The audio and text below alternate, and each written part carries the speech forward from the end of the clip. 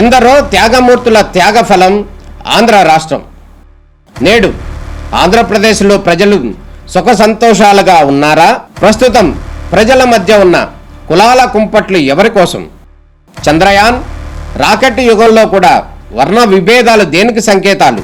రాజకీయ పార్టీల నేతలు ఏం చెప్తున్నారు? నేటి కాలంలో ప్రపంచాన్ని శాసించే మన యువత మేధాశక్తి ఏం కోరుకుంటుంది? తెలుసుకోవాలంటే ఆంధ్ర యువగలం. ప్రజల మాటే మా నోట.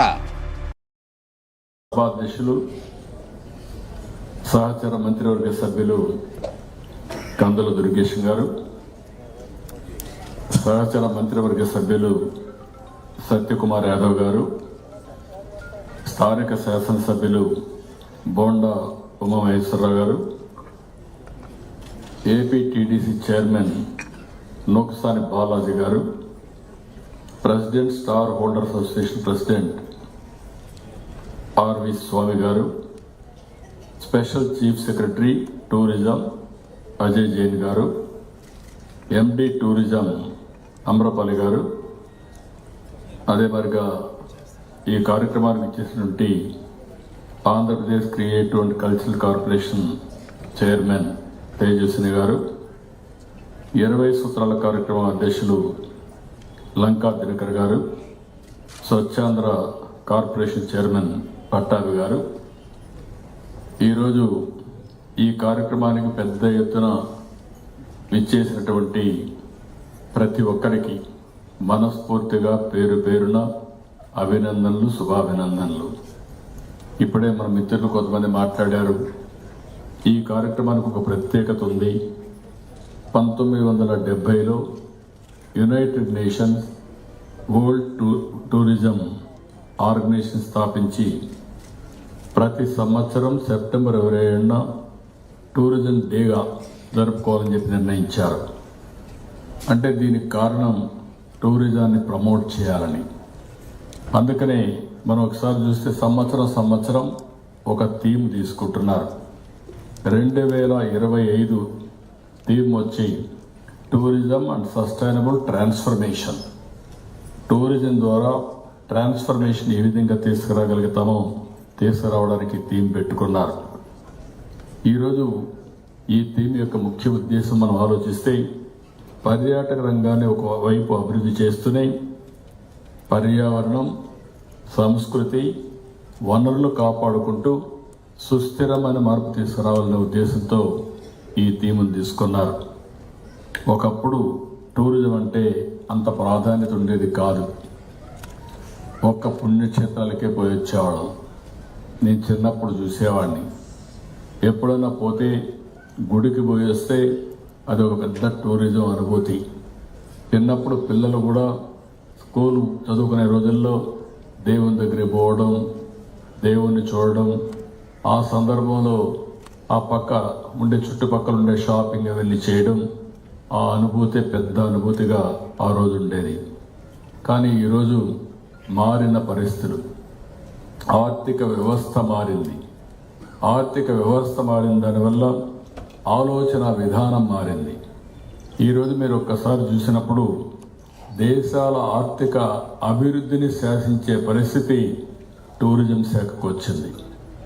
మకాన్ ఉంది, మాల్దీవులు ఉన్నాయి, హాంకాంగ్, చిన్న చిన్న ఐలాండ్స్ ఈరోజు ప్రపంచ పర్యాటకులను ఆకర్షించి ఆ దేశం ఆర్థికంగా ఉపాధి కల్పనకు ముందుకు పోయే పరిస్థితి వచ్చింది. అమెరికాలో మీరు టూరిజం చూస్తే $2.36 ట్రిలియన్ ఎకానమీ టూరిజం వల్ల వస్తుంది. వాళ్ళ పాపులేషన్ మన పాపులేషన్ కంటే తక్కువ. అలాంటి పాపులేషన్ $2.36 ట్రిలియన్ అంటే మన దగ్గర మనం చూస్తే $231 బిలియన్ మాత్రం ఉంది. ప్రధానమంత్రి గారు ప్రతిరోజు చెప్తా ఉంటారు. ఈరోజు మనం అందరం కూడా గుర్తుపెట్టుకోవాల్సింది ఆర్థిక అభివృద్ధి అవుతుంది, ఉపాధి కల్పన వస్తుంది. మనం అందరం టెక్నాలజీ ఏజ్లో ఉన్నాం. టెక్నాలజీ వల్ల చాలామంది ఉద్యోగాలు తగ్గిపోతాయనుకుంటున్నారు. కానీ టెక్నాలజీని డెవలప్ చేస్తూనే టూరిజం పైన కానీ ఫోకస్ చేస్తే ఎక్కువ ఎంప్లాయ్మెంట్ జనరేషన్ వస్తుంది. ఇండస్ట్రీ, లేకపోతే ఇన్ఫ్రాస్ట్రక్చర్, లేకపోతే మీరు సర్వీస్ సెక్టర్ అన్ని కంపేర్ చేసుకుంటే అన్నింటికంటే ఎక్కువ టూరిజంలో 1 లక్ష రూపాయలు ఖర్చు పెడితే 10 మందికి ఉద్యోగాలు వస్తాయి. కష్టపడే పని లేదు. ఏదైనా మీరు తీసుకున్నా, కల్నరీ తీసుకున్నా, లేకపోతే ట్రాన్స్పోర్ట్ తీసుకున్నా, ఏ థీమ్లో తీసుకుని ఇప్పుడు మీరు చూశారు. గిరిజన ప్రాంతంలో ఒక గిరిజన అభ్యర్థి సంవత్సరానికి 3 లక్షల రూపాయలు సంపాదిస్తున్నారని చాలా స్పష్టంగా చెప్పాడు. అంటే ఈరోజు ఒక విశాఖపట్నంలో ఒక మహిళ టూరిజాన్ని ప్రమోట్ చేసి ఒక 50,000 రూపాయలు నెలకు సంపాదిస్తానని చెప్పి చాలా స్పష్టంగా ఆవిడ చెప్పింది. దీన్ని బట్టి మనం అర్థం చేసుకోవాల్సింది పెద్ద ఎత్తున ఆర్థికంగా అంటే ప్రతి ఒక్కరికి ఈరోజు మన యొక్క తలసరి ఆదాయం, మన ఆదాయాన్ని పెంచుకునే అవకాశాలు ఉన్నాయి. అయితే మన రాష్ట్రానికి వచ్చినప్పుడు చాలా పెద్ద ఎత్తున టూరిజాన్ని ప్రమోట్ చేస్తున్నాం.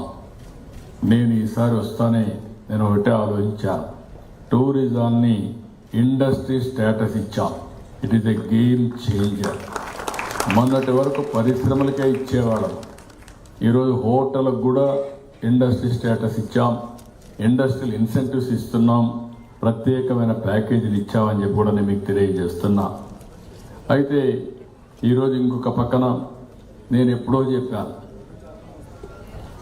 అన్ని ఆర్థిక సంస్కరణలు వచ్చిన తర్వాత అంత మురుపు మాట్లాడే థియరాటికల్ ఐడియాలజీ మారిపోయింది. ఒకప్పుడు మనం మాట్లాడేది క్యాపిటలిజం అంటే క్యాపిటలిస్ట్ సపోర్ట్ చేశారని, ఇంకొక పక్కన కమ్యూనిజం అంటే నిజమైన దేశభక్తులని, ఇంకొక పక్క మిక్స్డ్ ఎకానమీకి పోయే పరిస్థితికి వచ్చాం. కానీ 91 ఆర్థిక సంస్కరణలు దేశంలో ఉండే మనకు అవకాశాలన్నీ కూడా పైకి తీసుకొచ్చే పరిస్థితి వచ్చింది. ఆ రోజే నేను చెప్పింది, all isms are over, only ism is going to survive, that is tourism అని ఆ రోజే చెప్పాను. ఇంకా రాను రాను టూరిజం పెరుగుతుంది. ఇంకా చాలామంది ఇప్పుడు మనం చూస్తున్నాం, ప్రతి ఒక్కరూ 3 నెలలు గట్టిగా పనిచేస్తే 1 వారం రోజులు లీవ్ తీసుకుంటున్నారు. ఆ వారం రోజులు ఎక్కడికి పోతారంటే నేరుగా హాంకాంగ్ పోతారు, లేకుంటే మాల్దీవులు పోతారు, లేకుంటే దుబాయ్కి పోతారు, లేకుంటే సింగపూర్కి పోతున్నారు. మన డబ్బులు, ఇక్కడ సంపాదించిన డబ్బులు వీళ్ళు ఎత్తకపోయి అక్కడ లక్షల రూపాయలు ఖర్చు పెట్టే పరిస్థితికి వస్తున్నారు. ఈరోజు ప్రపంచంలో ఎక్కడికి పోయినా మీరు చూస్తే ఎక్కువ టూరిస్టులు మన వాళ్ళే ఉన్నారు.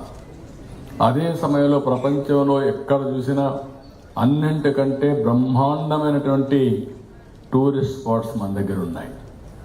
ఒక హెరిటేజ్ టూరిజం కానీ, ఒక హిస్టారికల్ సంఘటనలు కానీ, కల్చర్ కానీ, లేకుంటే బ్యూటిఫుల్ ప్లేసెస్, వాటర్ కానీ, ఫారెస్ట్ కానీ అన్నీ మన దగ్గర ఉన్నాయి. అందుకే ఈరోజు నేను ఒకటే చెప్తున్నా, మేము తీసుకొచ్చిన 24-29 పాలసీ. ఫస్ట్ ఆఫ్ ఆల్, ఇక్కడ so many investors are here. Andhra Pradesh is a very good destination for tourism. One of the most attractive policies you have brought in the recent times. I am here to extend all the cooperation for the developers and tourism projects, those who are all willing to come and set up your industries here. Now if you see here, we have exempted stamp duty, capital subsidy, GST reimbursement, even power subsidy, employment incentives policy we have brought, caravan tourism policy, homestay policy, adventure tourism guidelines we have brought, and at the same time I wanted to be number 1 in promoting tourism in this country. Come and work with us. This is the best opportunity for all of you. Even all services we are integrating with AI. Smart Tourism Super app, we are able to get it. Earlier I used to talk ease of doing business. Today I am talking speed of doing business. Today is a very good day in one way. Morning our Honorable Prime Minister inaugurated Made in India product, that is 4G by BSNL. Earlier in 1995, I was able to fight like anything for deregulation of telecommunication sector. We have gone for deregulation of communication sector, but we never gone for products. Always I used to say, we are using foreign products. Thereby 95% of money we are paying for foreign companies. Only 5% we are getting. Either WhatsApp or 4G, 5G, 6G, all products we are able to, even apps. Everything we are paying money for foreign companies.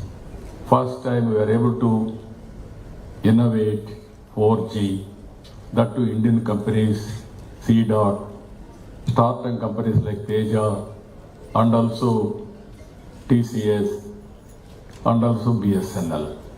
Now I am proud to inform you, all of you, once you are entering 4G, very easy to innovate 5G, 6G, 7G, any G for that matter, it is going to happen.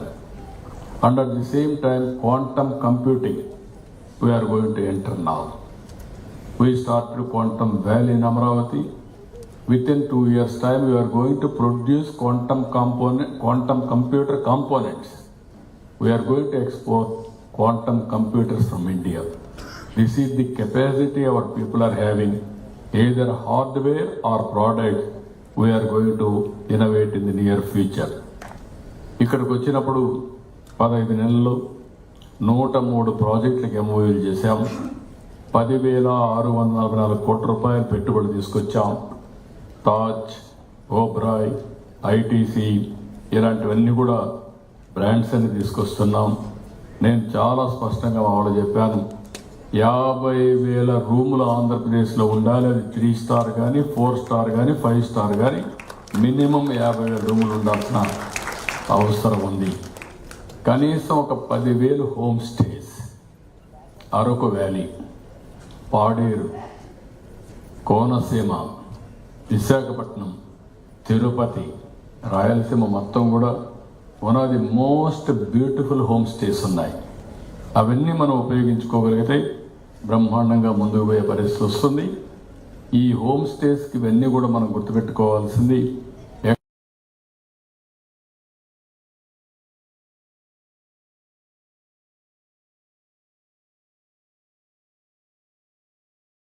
Home stays ఉన్నాయి, అవన్నీ మనం ఉపయోగించుకోగలిగితే బ్రహ్మాండంగా ముందుకు పోయే పరిస్థితి వస్తుంది.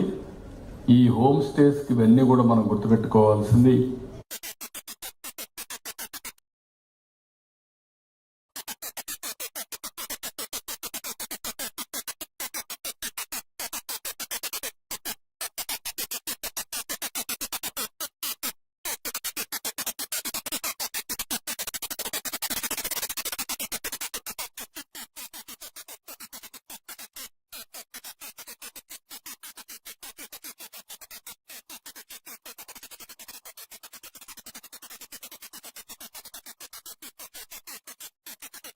అప్పుడు మీరు చూస్తే ఏటి కొప్పాక, కొండపల్లి, ఈ బొమ్మలకు పెద్ద ప్రాధాన్యత లేదు.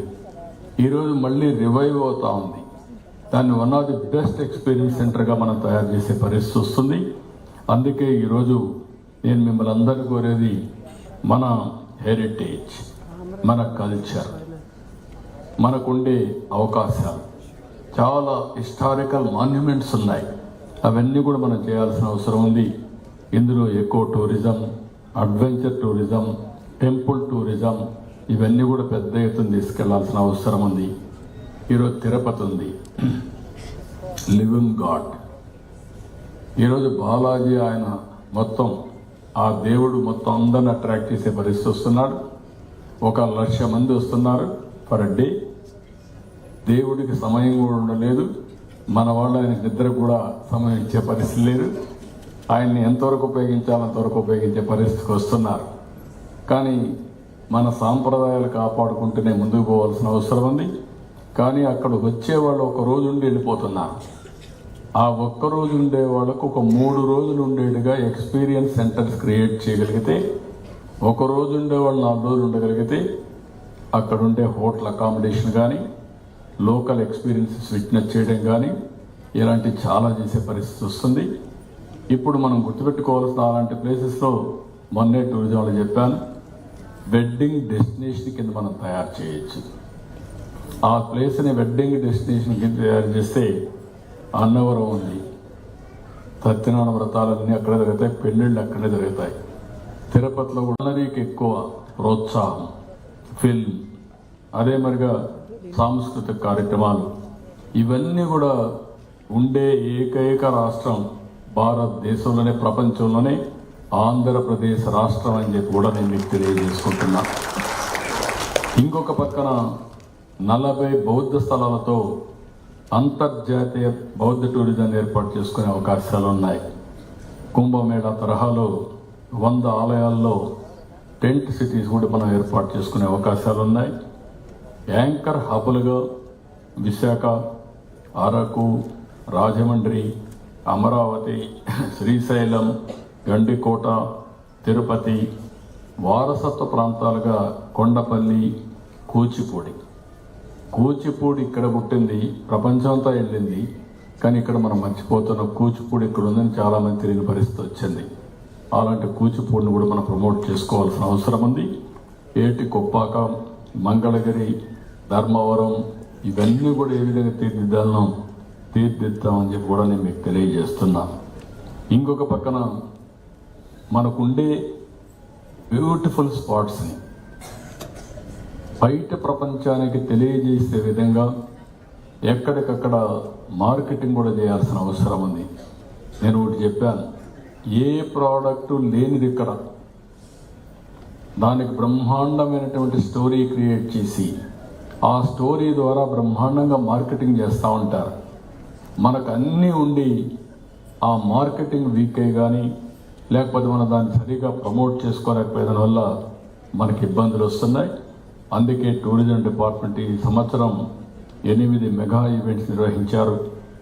గండికోట ఇన్వెస్టర్స్ మీట్ పెట్టారు, బారువా మసులా బీచ్ ఫెస్టివల్స్ పెట్టారు, అరకు చలి ఉత్సవం పెట్టారు, ఫ్లెమింగో ఫెస్టివల్ పెట్టారు, నారీ శక్తి విజయోత్సవకు మంచి స్పందన వచ్చింది. మొన్నటి వరకు దసరా అంటే మనకు గుర్తొచ్చేది కలకత్తా, మైసూర్. ఇప్పుడు దసరా అంటే గుర్తురా పంట పొలాలు. ఇక్కడ విజయవాడలో ఉండే ఇన్నోవేషన్స్ ఎక్కడా లేవు. విజయవాడలో పుట్టిన వాళ్ళు ప్రపంచం అంతా వెళ్ళి ప్రపంచంలో బ్రహ్మాండంగా రాణించారు, విజయవాడ మాత్రం వదిలిపెట్టారు. ఇప్పుడు విజయవాడ రివైవల్ స్టార్ట్ అయింది, విజయవాడ డైనమిజం వస్తుంది. ప్రపంచంలోనే, భారతదేశంలోనే విజయవాడ నీళ్లు లేకుండా చాలా కరువులు వచ్చాయి. ఇప్పుడు నీటి సమస్య పరిష్కారం చేశాం. వెంకటేశ్వర స్వామి అక్కడే ఉన్నాడు. రెండో పక్కన శ్రీశైలం మల్లికార్జున స్వామి, ఒక దివ్య క్షేత్రం, ఒక శక్తి పీఠం. 2 శక్తి పీఠాలుండే ఏకైక ప్రదేశం శ్రీశైలం అని చెప్పి కూడా నేను మీకు తెలియజేస్తున్నా. రేపు 16వ తారీఖున ప్రధానమంత్రి గారు కూడా వచ్చి శ్రీశైలంలో పూజలు చేస్తున్నారంటే దానికి ఉండే శక్తి మనం గుర్తించకపోవడం కరెక్ట్ కాదు. అలాంటి శక్తిపీఠం.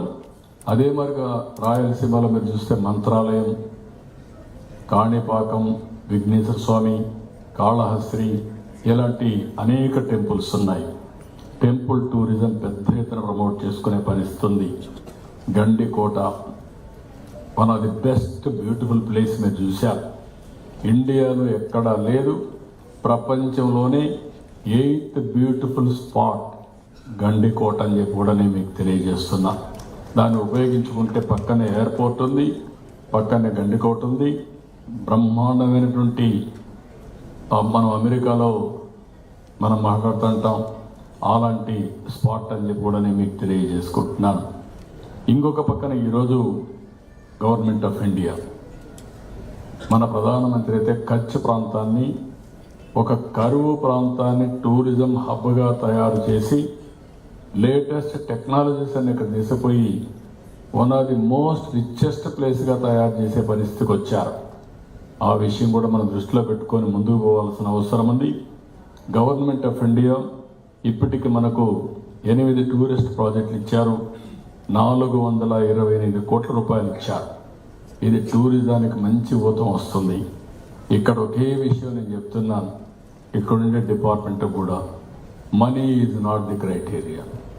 మీకు అవసరమైతే ఎంత డబ్బులు ఇవ్వడానికైనా ఈ ప్రభుత్వం సిద్ధంగా ఉన్నామని చెప్పి మీ అందరికీ విజ్ఞప్తి చేస్తున్నాను.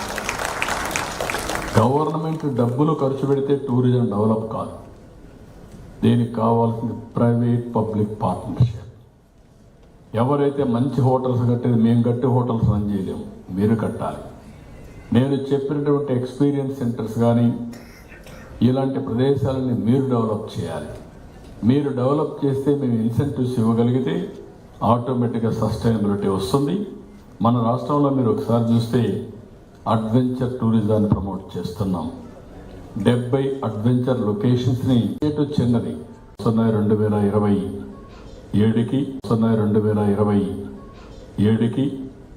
27కి one of the best tourism projects తయారు చేసి Rajahmundry one of the best హబ్గా తయారు చేసే బాధ్యత ఈ ప్రభుత్వం తీసుకుంటాం. ఇంకొక పక్కన అక్కడ చూస్తే హెవలాక్ బ్రిడ్జ్ ఉంది. One of the beautiful bridge, oldest అది. దాన్ని డెవలప్ చేసి పక్కన బ్రహ్మాండమైన రివర్ ఉంది. ఒక కిందన చూస్తే ధవళేశ్వరం ప్రాజెక్ట్, పైన చూస్తే పోలవరం. చూస్తే 451 కోట్ల రూపాయలు ఖర్చు పెట్టి ఉండే బిల్డింగ్స్ అన్ని కొట్టేసి రిషికొండలో ప్యాలెస్ కట్టారు. ఏమనాలి నాకైతే అర్థం కాదు. ఆ 450 కోట్లు టూరిజం పైన ఖర్చు పెట్టుంటే కొన్ని లక్షల మందికి ఉద్యోగాలు వచ్చేటివి. ఇది అవగాహన లేని రాజకీయం అని చెప్పి కూడా నేను మీకు తెలియజేస్తున్నా. అదే సమయంలో ఈరోజు లైట్ అండ్ సౌండ్ షో వంటి ఆస్తులను కూడా విధ్వంసం చేసే పరిస్థితికి వచ్చారు. ఇప్పుడు చంద్రగిరి పోర్ట్ ఉంది. ఎప్పుడో నేను సమైక్య ఆంధ్రప్రదేశ్లోనే అక్కడ లైట్ అండ్ సౌండ్ షో తీసుకొచ్చాం, బ్యూటిఫుల్గా తీసుకొచ్చాం. ఇక్కడ ప్రకాశం బ్యారేజ్ ఉంది. అప్పట్లోనే లైటింగ్, బ్యూటిఫుల్ లైటింగ్ పెట్టాం. ఒక ప్రాజెక్ట్ కానీ ఒక ప్లేస్ కానీ ప్రాపర్ ఇల్యూమినేషన్ చేసి లేటెస్ట్ టెక్నాలజీ కూడా యాడ్ చేసి, అందుకే ఈరోజు డిపార్ట్మెంట్కి ఒకటే చెప్పాను, మన దగ్గర ఉన్నన్ని వంటలు నేను ముందే చెప్పాను. ఎన్టీ రామారావు గారు ఎప్పుడూ చెప్పారమంది. ఈరోజు మనకు కావాల్సిన culinary, this is the biggest industry. ప్రపంచంలో ఏ దేశానికి లేనటువంటి వంటకాలు మనకున్నాయి. రాయలసీమకు పోతే డిఫరెంట్ కల్నరీ, కోస్టల్ ఆంధ్రప్రదేశ్కి వస్తే డిఫరెంట్ కల్నరీ, నార్త్కి పోతే వేరే, సౌత్కి వస్తే వేరే. సౌత్లో మన దగ్గర వేరే, తమిళనాడు వేరే, పక్కన కర్ణాటక వేరే. ఎన్ని రకాలైన కల్నరీ ఉండే ఏకైక దేశం భారతదేశం అని చెప్పి కూడా నేను మీకు తెలియజేస్తున్నా. ఒకప్పుడు నేను అనుకునేవాడిని, ఇన్ని లాంగ్వేజెస్ ఉన్నాయి, మనం ఎట్లా డెవలప్ అవుతామని. రెండోది, ఇన్ని భాషలు కాకుండా ఇన్ని వంటలు చేస్తాం, ఏ విధంగా దీనికి ఇది అవుతుందని. మనం ఇండ్లు కట్టేది కూడా రకరకాలుగా కడతాం, స్టాండర్డైజేషన్ లేదు, దీనివల్ల ప్రోగ్రెస్ ఆగిపోతుంది అనుకునేవాడిని. తర్వాత నేనే మార్చుకున్నా.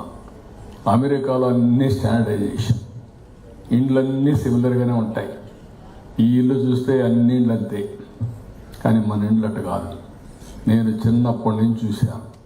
పల్లెటూరులో ఇల్లు కడితే ఒక్కొక్క ఇల్లు ఒక్కొక్క ఆర్కిటెక్ట్ పెట్టి ఆ ఇల్లు కట్టాలంటే డోర్ ఫ్రేమ్స్ దగ్గర నుంచి 4-5 ఏళ్ళు ప్రిపేర్ అయ్యి బ్రహ్మాండంగా తయారు చేసి ఒక స్టేటస్ సింబల్గా ఇల్లు కట్టే పరిస్థితికి వచ్చారు. ప్రతి ఒక్క ఓనరు ఎవరైతే ఇల్లు కడుతున్నారో వాళ్ళందరూ కూడా ఒక బెస్ట్ ఆర్కిటెక్ట్ అని చెప్పి కూడా నేను మీకు తెలియజేసుకుంటున్నా. That is our culture.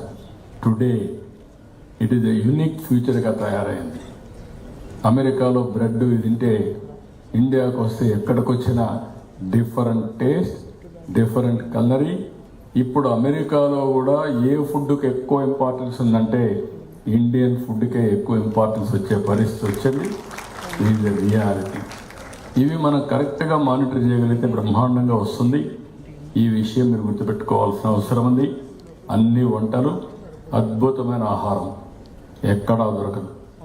పిండి వంటలు కావచ్చు, వెజ్ నాన్ వెజిటేరియన్ కావచ్చు, స్వీట్లు కావచ్చు, ఏవైనా మన దగ్గర అన్నీ కూడా అద్భుతమే. ఆహార అలవాట్లు కూడా డిఫరెంట్. మండువ లోగిళ్ళు కావచ్చు, కానీ అవి కూడా డిఫరెంట్. ఇప్పుడే చెప్పాడు, 80 సంవత్సరాల కంటే ముందు కట్టిన ఇండ్లు యూనిక్ ఫీచర్తో ఉండే పరిస్థితి వస్తుంది. ఇది డిఫరెంట్ ఎక్స్పీరియన్స్ అని చెప్పి కూడా నేను మీకు తెలియజేస్తున్నా. ఆలయాలు, నదీ తీర ప్రాంతాలు, అడవులు, కొండలు మన దగ్గర లేనిది లేదు. ఆయా ప్రాంతాల్లో ఉండే నాయకులు అక్కడ వస్తాయి. ఆ తర్వాత నేను దీన్ని ప్రమోట్ చేయాలని నాంది ఫౌండేషన్ చెప్పి మార్కెటింగ్ చేయమన్నాను. అది తీసుకుపోయి ప్యారిస్లో ఒక షాప్ పెట్టారు. నేను ప్రధానమంత్రి వస్తే అరకు కాఫీ తాగిచ్చాను. ఎవరు వచ్చినా అక్కడ తీసుకుపోయి అరకు కాఫీ ఇస్తాను. ఈరోజు నేను ప్రౌడ్గా చెప్పగలుగుతున్నా, అన్ని కాఫీల కంటే అరకు కాఫీ ప్రమోట్ చేసి ప్రపంచంలో one of the best brand కింద తయారయ్యే పరిస్థితి వచ్చింది. తొందరలో మీరు చూస్తే అరకు కాఫీని ఏజెన్సీ ఏరియాకు పోయి కాఫీ తోటల్లో ఆ కాఫీ తాగుతూ ఆ అనుభూతి కానీ మన ప్రపంచానికి చెప్పగలిగితే, tourism single factor Araku coffee will bring tourist all over the world to Araku area అని చెప్పి నేను మీకు తెలియజేస్తున్నా. ఇలాంటివన్నీ మనం చేయాల్సిన అవసరం ఉంది. ఓసారి కొన్ని చూస్తే మనకి మార్కెటింగ్ ఎంత పని చేస్తుందంటే, నేను హైదరాబాద్ పోయినప్పటి నుంచి చూస్తున్నా. చిలకూరు వెంకటేశ్వర స్వామి ఉన్నాడు. ఆ ఇంపాక్ట్, ప్రభావం ఇవన్నీ బాగా చెప్పగలిగారు. దాంతో భక్తులంతా క్యూ కట్టారు. ఇప్పుడు బెస్ట్ ఇన్కమ్ బ్రహ్మాండమైన టెంపుల్గా ఈ యొక్క కోనసీమలో వాడపల్లి దేవాలయం, వెంకటేశ్వర స్వామి దేవాలయం తయారైంది. దేవుడు పాత దేవుడే. మీరు గుర్తుపెట్టుకోవాలి, మీరు ప్రమోట్ చేస్తే Andhra Pradesh is the best destination for tourism. మా దుర్గేష్ గారు కూడా, మా మంత్రి గారు కూడా, అదే వారిగా చైర్మన్ కూడా. కాబట్టి ఇలాంటివన్నీ మనం చూసినప్పుడు రేపు రాబోయే రోజుల్లో మీరు ఒక్కటి గుర్తుపెట్టుకోవాలి.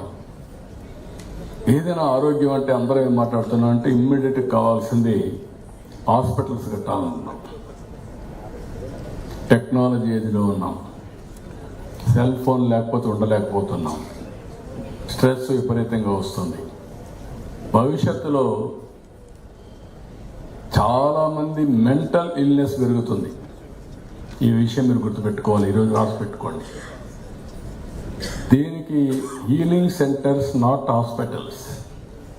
హాస్పిటల్ వాళ్ళు ఇచ్చే ట్రీట్మెంట్, కెమికల్స్ ఇవన్నీ, ఫార్మాస్యూటికల్స్ ఇవన్నీ ఇస్తే టెంపరరీ రిలీఫ్ వస్తుంది, పర్మనెంట్ రిలీఫ్ రాదు, సైడ్ ఎఫెక్ట్స్ ఉంటాయి. ఓన్లీ హీలింగ్ సెంటర్స్, ప్రార్థనాలయాలు, అది టెంపుల్ కావచ్చు, చర్చ్ కావచ్చు, మసీదు కావచ్చు, ఇవే. రెండో హీలింగ్ సెంటర్ యూనిఫామ్గా అన్ని మతాలకి, అన్ని వర్గాలకి టూరిజం స్పాట్స్. అందుకే ఈరోజు మీరు ఒకసారి చూస్తే ప్రతి ఒక్కరూ 3 నెలలు కష్టపడితే వాళ్ళ శక్తి మేరకు 10 రోజులు లీవ్ చేసుకుంటున్నారు. నేరుగా ఇంటర్నేషనల్కి వెళ్ళిపోతున్నారు, రిలాక్స్ అవుతున్నారు. టూరిజం రావాలంటే ఇంకోటి గుర్తుపెట్టుకోండి, మన ప్రాంతంలో లా అండ్ ఆర్డర్ ఉండాలి, ప్రశాంతత ఉండాలి, ఆప్యాయత పెరగాలి. ప్రాబ్లం అన్ని వ్యవస్థల్లో ఉంటుందనే విషయం మీరు పదే చెప్పగలిగితే మనకుండే ఈ టూరిజం స్పాట్స్లో బ్రహ్మాండంగా నెంబర్ 1 ప్లేస్ అవుతుంది. ఉపాధి వస్తుంది, సంపద వస్తుంది. అదే మరి మనకు ఈ రంగంలో తిరుగుండదని చెప్పి కూడా నేను మీకు తెలియజేస్తున్నా. రెండోది మనం అందరం గుర్తుపెట్టుకోవాలి, మన నేల సంస్కృతి సాంప్రదాయాలు. నేను తెలుగు జాతిని గురించి మాట్లాడుతున్నాను. చాలా పెద్ద వారసత్వ సంపద మనకుంది. ఆ వారసత్వ సంపదని ప్రపంచానికి చాటి చెప్పే విధంగా మన కార్యక్రమాలు మనం చేయాల్సిన అవసరం ఉంది. ఈరోజు మనకుండే వారసత్వం మీరు చూస్తే, ఈరోజు మన డ్యాన్స్ ఏదైతే ఉందో, కూచిపూడి, దింస ఇలాంటివి యూనిక్గా మనకు వచ్చిన వారసత్వం. దీన్ని ప్రపంచానికి మనం చూపించడం మన బాధ్యత అని చెప్పి కూడా నేను మీకు తెలియజేస్తున్నా. మన భాష ప్రాంతాన్ని అలవాట్లు ప్రమోట్ చేయాలి. రెండోది, నేను 2047కి స్వర్ణాంధ్రప్రదేశ్ అన్నాను. స్వర్ణాంధ్రప్రదేశ్ అంటే టూరిజం హరిత ఆంధ్రప్రదేశ్ కావాలి, టూరిజం ఆంధ్రప్రదేశ్ కావాలి, స్వచ్ఛ ఆంధ్రప్రదేశ్ కావాలి. ఇవన్నీ కలిస్తేనే స్వర్ణాంధ్రప్రదేశ్ అవుతుందని చెప్పి కూడా నేను మీకు తెలియజేసుకుంటున్నా. స్వర్ణాంధ్రప్రదేశ్ రోజుకి 308 లక్షల కోట్ల రూపాయలు జిఎస్టిపి సాధించాలని. దీనికి టూరిజం ప్రధానమైన రంగం. ఇప్పుడు 8% గ్రోత్ ఉంది. దీన్ని 20%కు పెంచాలని, అది కూడా సస్టైనబుల్ టూరిజాన్ని ఎస్టాబ్లిష్ చేయాలని చెప్పి మనం ముందుకు పోతున్నాం. దీన్ని కానీ మనం చేయగలిగితే అన్ని రంగాలు కూడా యాక్టివ్ అవుతాయి. ఇందులో చిరు వ్యాపారులు, స్థానిక ఉత్పత్తులకు ఎక్కువ డిమాండ్ పెరుగుతుంది. అది కొండపల్లి కావచ్చు, ఏటికొప్ప కావచ్చు, లేకపోతే మన దగ్గర ఉండే చేనేత ఉత్పత్తులు కావచ్చు, కలంకారీ వస్తువులు కావచ్చు, ఇవన్నీ కూడా పెరిగే అవకాశం వస్తుంది. ఇవన్నీ పెరగాలంటే మనం పదే ఎక్స్పీరియన్స్ సెంటర్స్గా తయారు చేసి దీన్ని ప్రమోట్ చేయాల్సిందిగా నేను కోరుకుంటూ, ఈరోజే కాదు మళ్ళీ నేను మాట్లాడుతూనే ఉంటా. నాకు అన్నింటికంటే ఎక్కువ ఫోకస్ రంగం ఈరోజు పర్యాటక రంగం అని చెప్పి మీ అందరికీ విజ్ఞప్తి చేస్తున్నా. ఎందుకు మొన్నటి వరకు మీరు అందరూ అనుకునేది నేను ఐటీనే మాట్లాడతాను అనుకుంటారు. ఐటీ ఒక యాంగిల్. ఒకప్పుడు డాక్రా సంఘాలు కూడా ప్రోత్సహించాను. ఈరోజు డాక్రా సంఘాలు సమాజానికి ఒక పెద్ద ఆస్తిగా తయారయ్యే పరిస్థితి వచ్చింది. ఇది టూరిజం భవిష్యత్తు రంగం. ఇది ఈ టూరిజాన్ని అన్ని విధాలా ప్రమోట్ చేస్తాం, ప్రోత్సాహిస్తాం. ఎవరైనా ఎంఎస్ఎంఈలు పెట్టాలంటే వివిధ రకాలైన అవకాశాలు ఉన్నాయి. విత్ ఇన్ ది కంట్రీ మీరు ఆలోచించండి. ఎవరైనా మీకంటే బాగా చేస్తే అవి కూడా తీసుకురండి. వేరే ప్రాంతాల్లో ఉండే investors I'm requesting all of you. Kerala, they are very strong in boats, cuisine, like otherwise I have seen India, Kerala is the best as on today on tourism, and also fields we can go, excellent opportunities for nature farming. You can teach to the world what is nature farming, what is the impact of health with the certification and traceability. These are all various things we can work it out. I am very happy. I have met from Kerala one delegation.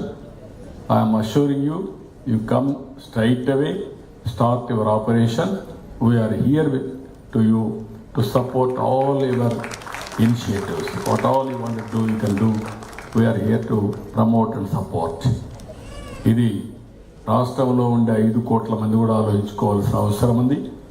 Tourism అనేది మన సంస్కృతి సాంప్రదాయాల్లో ఒక భాగం కావాల్సిన అవసరం ఉంది. అది మనం చేయగలిగితే ఒక సస్టైనబుల్ డెవలప్మెంట్ వస్తుందని చెప్పి మరొక్కసారి తెలియజేసుకుంటూ, నా కోరిక ఒకటే, ప్రతి ఒక్కరికి పని ఉండాలి. ఆ పని కూడా హార్డ్ వర్క్ చేయడం కాదు, స్మార్ట్ వర్క్ చేయడం. ఇప్పుడు home stay is a smart work. 50 మంచి ఆవిడ నార్త్ ఇండియా నుంచి వచ్చి 30 ఏళ్ళ నుంచి విశాఖపట్నంలో సెట్ అయ్యారు. ఇంట్లో కూర్చొని ఉన్న ఇల్లంతా కూడా నీట్గా చేసుకొని, ఆవిడకి డబుల్ అడ్వాంటేజ్. హోస్ట్లు వస్తారు, వాళ్ళతో కూడా కలిసి ఉంటుంది, 50,000 రూపాయల ఆదాయం వస్తుంది. ఒక ఏజెన్సీ ఏరియాలో ఒక అతను చెప్పిన మీరు విషయం చూస్తే 3 లక్షల రూపాయలు ఇన్కమ్.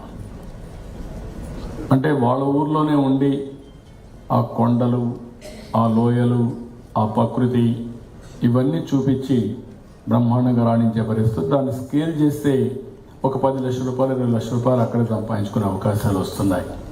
కోనసీమలో ఒక అతన్ని చూశారు. వాళ్ళ తండ్రి వారసత్వంగా కట్టిన ఇల్లు 80 ఏళ్ళు.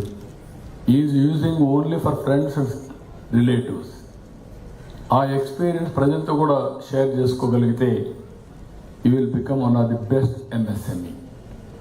ఇలాంటి అనుభూతుల్ని మనం అందరితో పంచుకోవాల్సిన అవసరం ఉంది.